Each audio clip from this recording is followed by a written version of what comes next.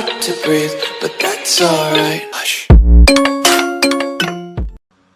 السلام عليكم ومرحبا بكم في قناة لمياء يوسف. اليوم ان شاء الله غنقدم لكم وصفة جديدة مع فيديو جديد في ضمن التحضيرات الرمضانية. عصير بجوج ليمونات وجوج حامضات، نوجدو جوج لترو ديال العصير اللي كيجي منعش وكيجي لذيذ، كيحماقوا عليه الوليدات في رمضان بطريقة سهلة وبسيطة. بقاو معايا باش تشوفوا المقادير وطريقة التحضير. بسم الله، غنبداو في المقادير.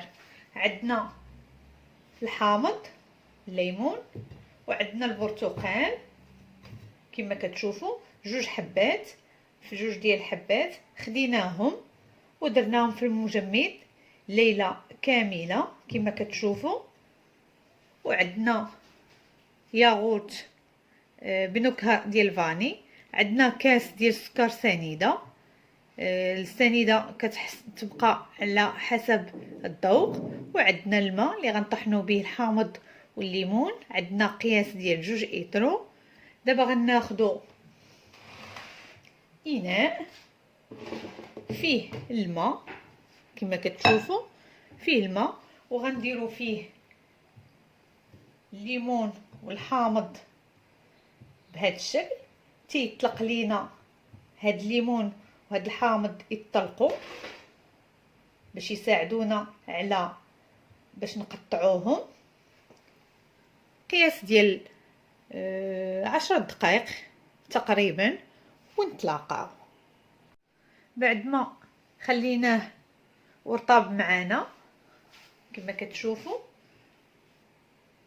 غناخدوه غنقطعوا ليه هاد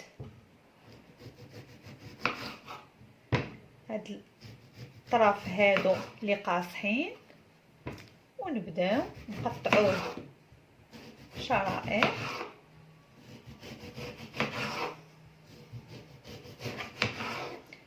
ونشوفوا الا كاين فيه شي عظام نحيدوهم، لان هما اللي كيديروا لينا المروره في العصير. نقيوه غنقطعوه بهذه الطريقه هذه ونحيدوا ليه العظام. ها هما كما كتشوفوا بهذه الطريقه هذه.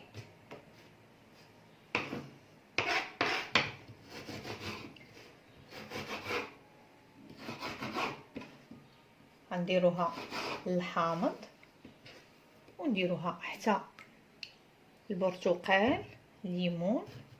نحيدو هادو حيت كيكونوا غلاظ، هاد القنات الفوقانيين، ونقطعوه حتى هو بهذه الطريقه هذه دوائر. ومن بعد نقطعوه طراف صغار. غنبقى مستمره انا بهذه العمليه هذه حتى نقطع الحامضات بجوج والليمونات بجوج ونتلاقاو.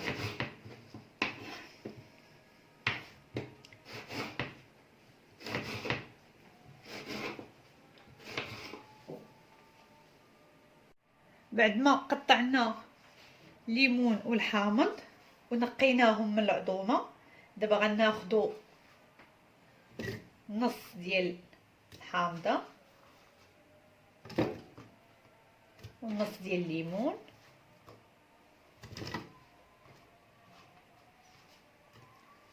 ونديروا فيهم الماء،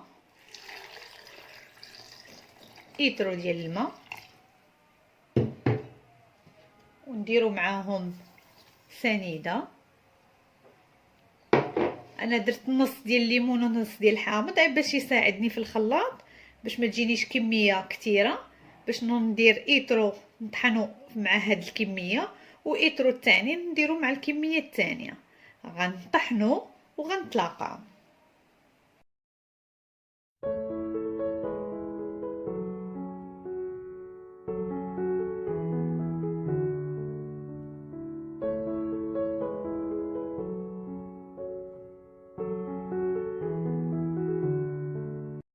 هذا هو القوام ديال العصير بعد ما طحناه. شوفوا القوام ديالو كيفاش كيجي. دابا غناخدو ياغورت بنكهه ديال الفاني.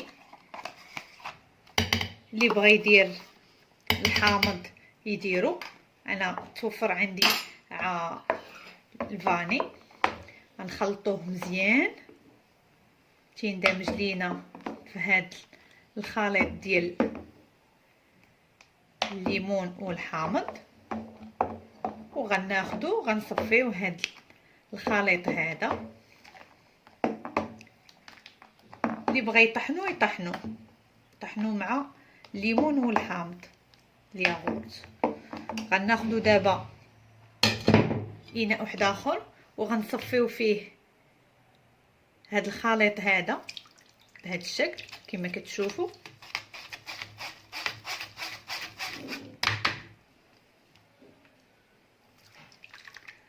نبقاو مستمرين باش نحيدو هاد الليمون الحامض اللي بقى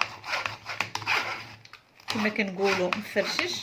هاد الليمون الحامض راه ما كنلوحوش، كنصفيو وكنستعملوه في لي كيك ديالنا اللي كنديرو. غنبقى مستمره انا في هاد العمليه هادي حتى نكمل هاد الخليط كامل ونتلاقاو باش نشوفوا العصير ديالنا كيفاش غادي يولي. هذا هو العصير ديالنا بعد ما صفيناه. شوفوا كيفاش كيجي. وهذا قشور ديال الليمون والحامض اللي تبقاو لينا كنديرهم في مجمد وكنستعملوهم في لي كيك ديالنا، كيجيو رائعين في لي كيك. دابا غنديروا العصير ديالنا في طبق ديال التقديم ونتلاقاو باش نشوفوا الشكل ديالو. هذا هو العصير ديالنا بعد ما كملناه، كيجي بهذا الشكل هذا كما كتشوفوا. غنكب معكم كاس. شوفوا القوام ديال هذا العصير كيفاش كيجي خاتر وكيجي منعش. قدموه وليداتنا في رمضان بالصحه والراحه.